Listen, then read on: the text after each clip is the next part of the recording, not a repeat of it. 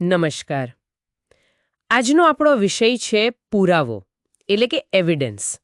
હવે આ શબ્દ આપણે કાયદાની વાત આવે, કોર્ટની વાત આવે એટલે સાંભળીએ જ, પણ એનો અ, ખરો અર્થ શું? કોર્ટ કઈ રીતે આ બધું નક્કી કરે છે? આપણી આજની ચર્ચા જેને એ એવિડન્સ.pdf નામના એક દસ્તાવેજ પર આધારિત છે. આપણે ખાલી વ્યાખ્યાઓ નથી જાણવી, પણ એના જે મુખ્ય પ્રકારો છે, એનું મહત્વ શું છે, એ બધું સમજવાનો પ્રયત્ન કરીશું. તો શરૂ કરીએ. પુરાવો કાયદાની નજરે આ છે શું? જુઓ, સરળ શબ્દોમાં કહીએ તો પુરાવો એટલે શું કે ભાઈ એવી કોઈ પણ માહિતી, પછી એ કોઈનું નિવેદન હોય, કોઈ દસ્તાવેજ હોય કે પછી કોઈ વસ્તુ જે કોર્ટ સામે રજૂ થાય. શેના માટે?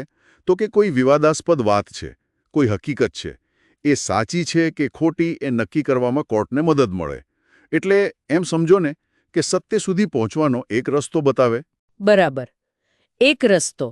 તો આ માહિતી, આ રસ્તો કોર્ટ સુધી પહોંચે કઈ રીતે?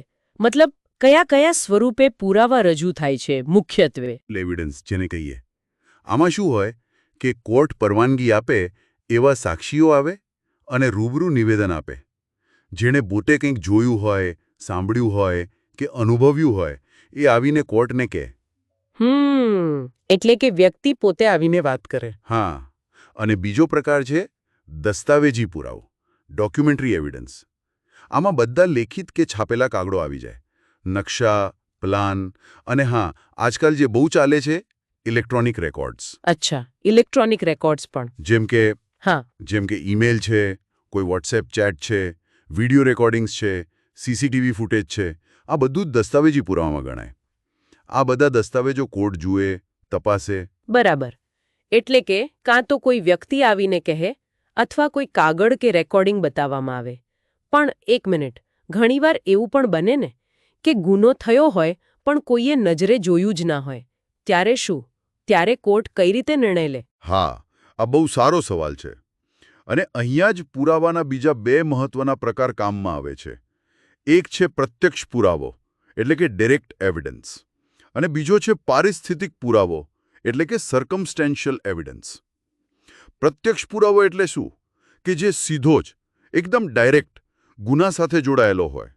જેમ કે પેલું ઉદાહરણ આપીએ ને કે કોઈ સાક્ષી એમ કે મેં મારી નજરે આરોપીને ગોળી ચલાવતા જોયો. આ થયો પ્રત્યક્ષ પુરાવો. એકદમ સીધો. હા, પણ હવે જો આવો કોઈ સીધો પુરાવો ના હોય તો કોર્ટ પારિસ્થિતિક પુરાવા પર આધાર રાખે. આમાં કેવું હોય કે પુરાવો સીધો ગુનો સાબિત નથી કરતો, પણ એવી પરિસ્થિતિઓ, એવી કડીઓ રજૂ કરે છે જેમાંથી તાર્કિક રીતે, લોજિકલી એમ લાગે કે હા, આ વ્યક્તિએ ગુનો કર્યો હોઈ શકે. દાખલા તરીકે કોઈ ઉદાહરણ આપી શકો? ચોક્કસ. જેમ કે માની લો કે ખૂન થયું છે એ જગ્યાએથી આરોપીના ફિંગરપ્રિન્ટ મળે, અથવા તો ગુનો બન્યા પછી તરત જ આરોપી શહેર છોડીને ભાગી જાય. આ બધું પારિસ્થિતિક પુરાવો કહેવાય. અલગ અલગ રીતે જોઈ શકાય. બિલકુલ, તમે સાચું પકડ્યું. પારિસ્થિતિક પુરાવાની આ જ તો મુખ્ય વાત છે અને પડકાર પણ. કોર્ટે એ જોવું પડે કે જે કડીઓ રજૂ થઈ છે એ એટલી મજબૂત છે કે નહીં. એમાંથી જે તારણ નીકળે છે એમાં કોઈ શંકા ન રહેવી જોઈએ. અને એ તારણ ફક્ત અને ફક્ત આરોપીના દોષ તરફ જજ ઇશારો કરતું હોવું જોઈએ. બીજો કોઈ અર્થ ન નીકળવો જોઈએ. આ વિશ્વસનીયતાની વાત આવી ને એટલે મને પેલું યાદ આવ્યું, પેલી સાંભળેલી વાતો. લોકો કહે ને, મેં તો સાંભળ્યું છે કે આમ થયું. કાયદામાં એનું શું સ્થાન? એને પુરાવો ગણે? હા, તમે શ્રુત પુરાવાની વાત કરી રહ્યા છો, હિયરસે એવિડન્સ. એનો સીધો સાદો અર્થ છે સાંભળેલી વાત. એટલે કે કોર્ટમાં જે સાક્ષી જુબાની આપી રહ્યો છે એણે પોતે એ ઘટના જોઈ નથી, સાંભળી નથી કે અનુભવી નથી, પણ એણે કોઈક બીજા માણસ પાસેથી વાત જાણી છે અને એ આવીને કોર્ટમાં કહે છે. તો એ ના ચાલે. સામાન્ય રીતે કાયદો આવા પુરાવાને બહુ વિશ્વસનીય નથી ગણતો, એટલે સ્વીકારતો નથી. કેમ? કારણ શું? કારણ એ કે જે મૂળ માણસે વાત કહી હતી એ તો કોર્ટમાં હાજર નથી, એટલે એની જુબાની નથી લઈ શકાતી, એની ઉલટ તપાસ, ક્રોસ એક્ઝામિનેશન નથી થઈ શકતી. એટલે એ વાત કેટલી સાચી છે એ ચકાસવું બહુ મુશ્કેલ બની જાય.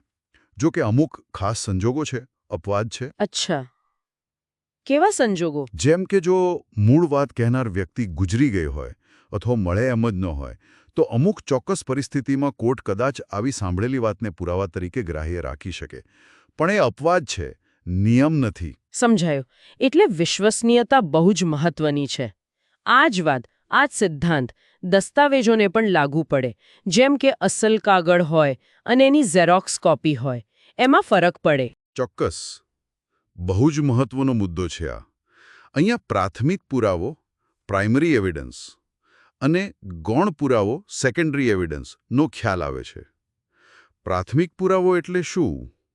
કે જે મૂળ દસ્તાવેજ છે, ઓરિજિનલ ડોક્યુમેન્ટ, એ પોતે. કાયદો હંમેશા એવો આગ્રહ રાખે કે ભાઈ જો શક્ય હોય તો મૂળ દસ્તાવેજ જ કોર્ટમાં રજૂ કરો, કારણ કે સૌથી વધુ વિશ્વસનીય ગણાય. અને ગૌણ પુરાવો એ શું છે? ગૌણ પુરાવો એટલે મૂળ દસ્તાવેજની નકલો, જેમ કે સર્ટિફાઇડ કોપી હોય, પ્રમાણિત નકલ, અથવા તો ફોટોકોપી, અથવા તો એવી કોઈ વ્યક્તિની મૌખિક જુબાની જેણે મૂળ દસ્તાવેજ જોયો હોય. તો ફોટોકોપી ચાલે કે ના ચાલે? ગૌણ પુરાવો એટલે કે નકલો ત્યારે જ કોર્ટમાં સ્વીકાર્ય બને છે જ્યારે તમે એવું સાબિત કરી શકો કે ભાઈ મૂળ દસ્તાવેજ તમારી પાસે નથી, કદાચ ખોવાઈ ગયો છે અથવા નાશ પામ્યો છે. અથવા તો એવું પણ બને કે મૂળ દસ્તાવેજ સામા પક્ષકાર પાસે હોય અને તમે એને નોટિસ આપી હોય કે ભાઈ આ દસ્તાવેજ રજૂ કરો, પણ એ ન કરે. આવા સંજોગોમાં કોર્ટ ગૌણ પુરાવો સ્વીકારી શકે છે. શું કોર્ટ કઈ રીતે નક્કી કરે કે કોઈ વાત સાબિત થઈ કે નહીં? હા, તો બધા પુરાવા આવી જાય, એની રજૂઆત થઈ જાય, એના પર દલીલો થઈ જાય, પછી કોર્ટ એ બધા પુરાવાનું મૂલ્યાંકન કરે છે. અને એના આધારે કોઈ સ્પેસિફિક હકીકત માટે કોર્ટ 3માંથી એક નિષ્કર્ષ પર આવી શકે. પહેલું, કે એ હકીકત સાબિત થઈ છે, એટલે કે કોર્ટને પૂરો વિશ્વાસ છે. એક સમજદાર માણસને જે સંજોગોમાં વિશ્વાસ બેસે એવો વિશ્વાસ છે કે હા, આ હકીકત અસ્તિત્વ ધરાવે છે. બરાબર. બીજું, એ હકીકત ના સાબિત થઈ છે, એટલે કે કોર્ટને વિશ્વાસ છે કે આ હકીકત અસ્તિત્વ ધરાવતી જ નથી. અને ત્રીજું? અને ત્રીજું છે સાબિત ન થયેલું, નોટ પ્રૂવ્ડ. આ થોડી અલગ સ્થિતિ છે. આનો મતલબ એમ કે એ હકીકત સાબિત પણ નથી થઈ શકી અને ના સાબિત પણ નથી થઈ શકી. એક પ્રકારની શું કહેવાય, અનિશ્ચિતતાની સ્થિતિ છે. પુરાવા પૂરતા નથી કે કોઈ એક તરફ સ્પષ્ટ જોત આપી શકાય. સાબિત, નાસાબિત અને સાબિત ન થયેલું રસપ્રદ છે. હા. અને એક બીજો ખાસ પ્રકાર પણ છે, જો કે એ બહુ ઓછો વપરાય છે, નિર્ણાયક પુરાવો, કન્ક્લુઝિવ પ્રૂફ. આમાં કેવું હોય કે કાયદો પોતે જ અમુક એક હકીકતને બીજી હકીકતનો નિર્ણાયક પુરાવો જાહેર કરી દે. એટલે કે જો પહેલી હકીકત સાબિત થઈ જાય તો કોર્ટે ફરજિયાતપણે માની લેવાનું કે બીજી હકીકત પણ સાબિત થઈ ગઈ, અને પછી એ બીજી હકીકત ખોટી છે એવું સાબિત કરવા માટે બીજા કોઈ પુરાવા રજૂ કરવાની પરવાનગી જ ના મળે. આ કાયદા દ્વારા સ્થાપિત થયેલી એકદમ પાક્કી ધારણા છે. બાપરે, એટલે એ તો એકદમ ફાઇનલ જ કહેવાય. હા, પણ કહ્યું ને, આ બહુ જ ખાસ અને ઓછા કિસ્સાઓમાં લાગુ પડે છે. તો ટૂંકમાં કહીએ તો આ પુરાવો જે છે એ ખાલી એક શબ્દ નથી, પણ આખી એક જટિલ પ્રક્રિયા છે, જેમાં અલગ અલગ પ્રકારની માહિતી આવે, એનું મૂલ્યાંકન થાય, એની વિશ્વસનીયતા ચકાસાય, સત્ય સુધી પહોંચવાનો એક માળખાગત પ્રયાસ છે એમ કહી શકાય. બરાબર કહ્યું તમે. એકદમ માળખાગત પ્રયાસ. દરેક પુરાવાનું પોતાનું એક વજન હોય છે, એક મહત્વ હોય છે, અને કોર્ટ આ બધા પુરાવાઓને તેની વિશ્વસનીયતા, તેની પ્રસ્તુતતા અને કાયદાની જે જોગવાઈઓ છે એ બધાના આધારે બરાબર ચકાસીને જ કોઈ અંતિમ નિર્ણય પર પહોંચે છે. આ બધી વાતચીત પછી છે ને, મને એક વિચાર આવે છે. આપણે આપણા રોજિંદા જીવનમાં કેટલી બધી માહિતીઓ, વાતો, સમાચારો બધું એમ જ સ્વીકારી લઈએ છીએ, નહીં? શું આપણે ક્યારે ઊભા રહીને વિચારીએ છીએ કે આ જે માહિતી મળી એનો પુરાવો શું છે, એ કેટલી વિશ્વસનીય છે?